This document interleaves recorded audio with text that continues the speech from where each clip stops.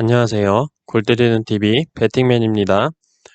어제 일단 축구 토토 승무패 36회 차에 들어온 K리그 토요일 3경기에 대해서 말씀을 드렸고, 이번에는 K리그 일요일 3경기에 대해서 말씀을 드려보도록 하겠습니다. 자, 일단 뒤에 배경이 지금 생소하실 텐데, 지금 제가 원래 기존에 찍던 데가 지금 잠깐 정리를 좀 해야 돼서 애들 놀이방으로 잠깐 책장에 그 유벤투스 경기 25만 원, 25만 원 해서 50만 원을 주고 호날두 뛰는 것도 못 봤던 그 경기 때 받았던 기념품으로 이렇게 애들 책장을 가리고 이렇게 찍게 됐습니다. 일단 양해를 부탁드리고 이번에만 이렇게 찍는 거니까 좀 이해해 주셨으면 좋겠습니다. 자, 어쨌든 지금 기본적으로 이번 회차 너무나도 큰 금액이 오랜만에 2월이 되어 있기 때문에 1등 당첨 금액이 30억 정도 될 것으로 예상이 되고, 그렇기 때문에 신중에 신중을 기하는 판단을 해야 한다고 생각을 해서 오늘 말씀드릴 3경기에 대해서는 어느 팀 사이드다라고만 말씀을 드려보도록 하겠습니다. 일단 영상에서 말씀드리는 내용 잘 들어보시고 도움되시는 내용 있으면 참조하셔서 자신만의 픽을 세우실 때 참조하시면 좋을 것 같습니다. 자, 그리고 오늘 J리그 주중 경기들이 있는데 생각보다 이변이 나올 수 있는 경기들이 있어 보여서 따로 프로토 공유는 드리지 않을 거고, 오늘 경기 결과와 지난주 경기 결과들을 토대로 축구토토 승무패 36회 차에 들어와 있는 J리그 경기들에 대해서 분석을 시작하려고 합니다. 일단 오늘 J리그 경기들이 끝나면 주말 경기들에 대해서 배당이 뜬 후에 바로 골대법으로 폴더스 줄이기 계산을 해서 영상으로 아마 내일쯤이 될 것 같은데 업로드를 해드리도록 하겠고, 멤버십 분들께는 표로 골대법 정리된 이미지 커뮤니티 게시판에 공유 드리도록 하겠습니다. 그리고 오늘 밤에 9월 9일 수요일 밤 10시 30분에서 11시 사이에 라이브로 축구토토 승무패 36회 차에 들어온 경기들 내용으로 골 때리는 가족분들 생각은 어떤지 한번 의견도 여쭤보고, 경기별로 좋은 정보 있으면 좀 저한테도 말씀을 해주시면 저도 분석할 때 도움이 되니까 정보 공유해보는 시간 한번 가져보도록 하겠습니다. 라이브 때 많은 참여 부탁드리도록 하겠습니다. 자, 그러면 K리그 일요일 3경기 분석 내용 말씀드리기 전에 좋아요 눌러주시고, 처음 오신 분들께서는 구독 눌러주시고 좋아요 눌러주시면 감사하겠습니다. 누르셨으면 시작해 보도록 하겠습니다. 자, 7번 경기 서울대 수원. 자, 이 경기 슬퍼 매치죠. 슈퍼 매치 아니고 슬퍼 매치. 양팀 모두 상황이 좋지 않은 상황에서 만나게 됐습니다. 우선 서울은 지난 경기 부산과 1대1 무승부를 기록을 했죠. 경기 초반에 부산은 김현 선수를 원톱으로 내세운 부산에게 좀 밀리는 모습을 보여줬습니다. 서울은 포백을 쓰면서 측면 돌파가 좋은 경기를 최근에 보여줬었는데, 부산과의 경기에서는 박주영 선수를 원톱으로 세우면서 딱히 측면이 살아나지 못하는 모습이었고, 스루 패스를 통한 중앙 공격에 집중하는 모습이었습니다. 박주영 선수의 라인을 깨고 들어가는 모습은 좋아 보였으나 FC서울의 장점이었던 측면 돌파가 떨어지는 모습이었다라고 말씀을 드릴 수 있고, 확실히 세트피스 상황에서는 위협적인 모습을 보여줬습니다. 수비적으로는 공간을 좀 많이 내주면서 부산의 슈팅을 너무 많이 내주는 모습이었어요. 아마 부산의 골 결정력이 좋았다면 패배하는 경기가 되지 않았을까 생각이 들어요. 그리고 기성용 선수와 윤주태 선수의 투입이 너무 늦은 감이 있는데, 기성용 선수야 뭐 체력적인 문제가 있다 치더라도 윤주태 선수의 경기 막판 88분에 투입하는 건 너무 늦은 감이 있었다라고 보입니다. 그리고 부산과의 경기에서 기성용 선수가 확실히 활동량이 떨어지다 보니까 중거리 슈팅 하나 빼고는 거의 경기장에서 보이지 않는 모습이었어요. 잠깐 반짝했다가 지금 최근 3경기에서 2무 1패로 승리가 없는 FC서울이고 3경기 동안 1득점에 4실점으로 공수 밸런스 또한 깨진 것으로 보입니다. 12개 팀 중에서 가장 많은 실점 35실점을 기록 중이죠. 자, 상대팀 수원 삼성은 지금 박건하 전 국가대표팀 코치를 감독으로 선임을 했습니다. 지금 인천이 꼴찌인데 최근 6경기 동안 1승 1무 4패를 기록을 하면서 꼴찌 인천과 승점 차이가 3점 차이밖에 나지를 않고 있는 상황인지라 무조건 달아나야 되는 상황에 박건하 감독을 선임을 하면서 반전을 노리고 있습니다. 수원에서만 11시즌을 뛴 원클럽맨이기도 한 박건하 감독이 수원의 분위기를 어떻게 바꿀지 궁금하고 새로운 감독이 선임이 되고 첫 경기는 승리한다라는 약간 징크스 아닌 징크스가 있는데 이게 이어질지 모르겠네요. 하지만 또 강력한 또 징크스가 있죠. FC 서울은 2015년 4월에 수원에게 패배한 뒤로 리그 17번의 맞대결에서 9승 8무로 수원을 상대로 무패를 기록 중입니다.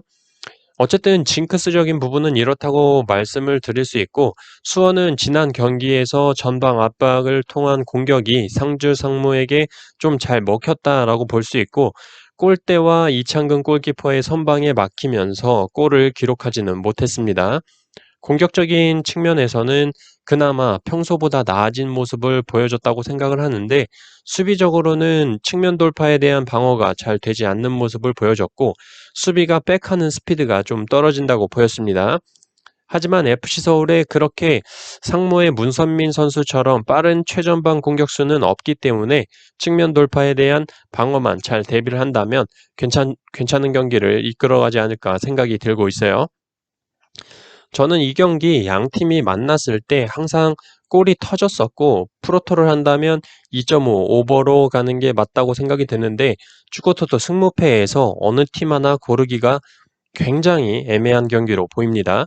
그렇다면 동기부여적으로 볼 때 수원 삼성은 박건하 감독님이 새로 오셨고 이번 경기마저 패배를 한다면 정말 강등으로 갈 수 있기 때문에 FC서울보다는 좀 더 간절한 경기가 될 것으로 보고 이 경기 FC서울의 무와 패 투픽 예상합니다. 13번 경기 강원 대 포항. 강원FC는 지난 인천과의 경기에서 2대3으로 패배를 기록을 했습니다. 역시 전북과의 경기에서 승리를 거둔 뒤에 간절함의 대명사인 인천을 만나서 패배를 기록을 했죠. 인천을 홈으로 불러들이는 경기였기 때문에 살짝 힘을 빼고 이영재, 김지현, 조재환을 선발 명단에서 제외를 하면서 뭔가 포항과의 경기를 대비하지 않았나 싶은 생각도 들고 있습니다. 무고사에게 페널티킥 골을 내준 이후에 안 되겠다 싶었는지 김지현 선수와 조재환 선수를 차례로 투입을 했지만 후반에 비가 갑자기 전반보다 많이 내리면서 땅볼 패스를 많이 주고받으면서 공격 진행을 하는 강원이 불리한 경기가 되었다라고 보고 무고사를 향한 타격 공격이나 전방으로 한 번에 찍어 차주는 공격 전개가 많은 인천이 유리하지 않았나 생각이 들었어요. 어쨌든 김지현과 조재환이 들어가면서 공격이 확실히 살아나는 모습이었고 경고 누적으로 결정하게 된 임채민 선수의 빈자리가 좀 크게 작용하지 않았나 싶었습니다. 그리고 좀 재밌는 게 최근 10번의 맞대결 전적에서 강원FC의 홈에만 오면 포항이 승리를 하지 못하는 모습을 보여주고 있습니다. 18년도에 강원FC 홈에서 2무, 19년도에 강원FC 홈에서 강원이 2승을 거뒀습니다.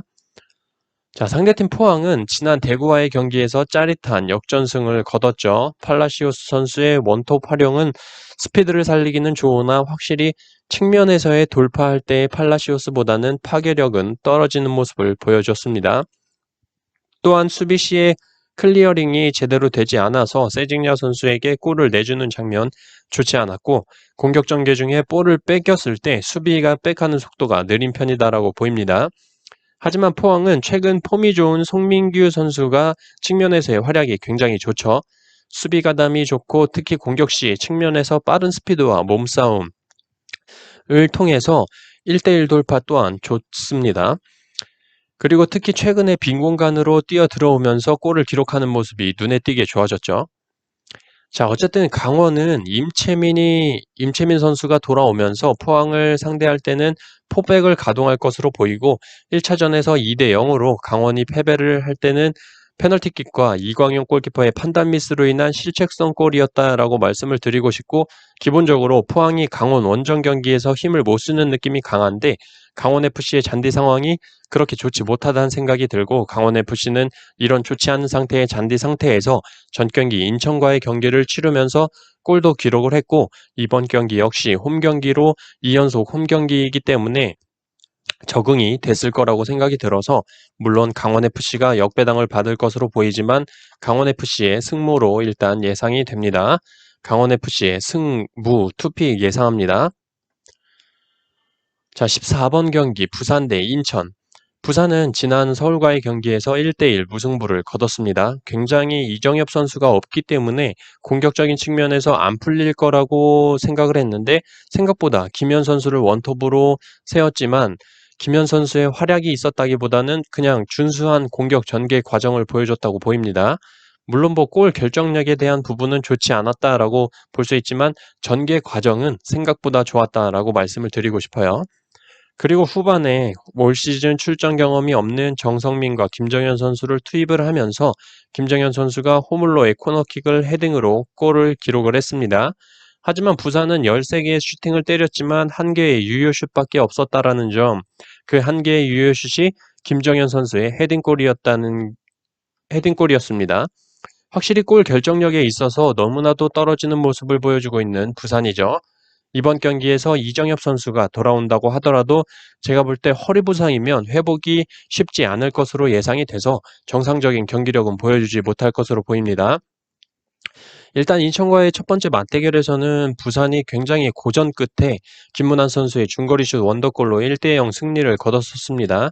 하지만 그때 당시에는 현재 공격의 고리를 이어주고 있는 아길라르 선수가 없었을 때였기 때문이라고 생각이 들고, 지금의 인천은 아길라르가 온 뒤에 좋은 모습을 보여주고 있고, 최근 4경기 3승 1패로 살아나는 모습을 보여주고 있고, 무고사 선수가 지난 경기에서 해트트릭을 기록을 했습니다.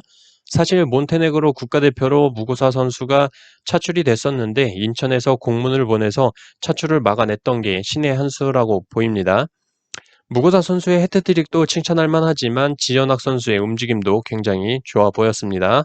어쨌든 정말 이렇게 매년 인천 팬들을 마음 졸이게 하는 팀도 없을 것 같은데, 어쨌든 막판에 잘한다는 게 신기하긴 합니다.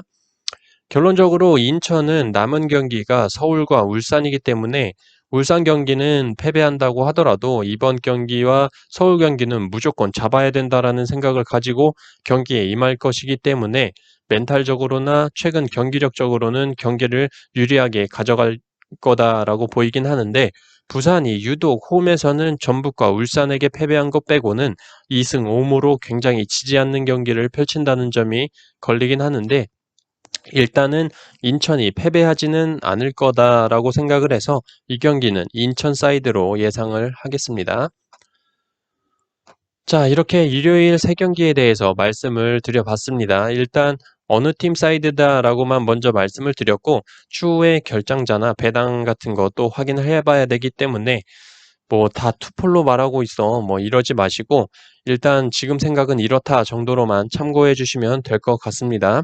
그리고 서두에 말씀을 드렸듯이 오늘 밤 10시 30분에서 11시 사이에 축구토토 승무패 36회차 내용으로 많은 분들 생각은 어떤지 라이브 진행 예정이니까 많이 참여하셔서 서로 정보도 공유하시고 좋은 시간 가졌으면 좋겠습니다. 저는 오늘 밤 라이브 때 골 때리는 가족분들 찾아뵙도록 하겠습니다. 이상입니다.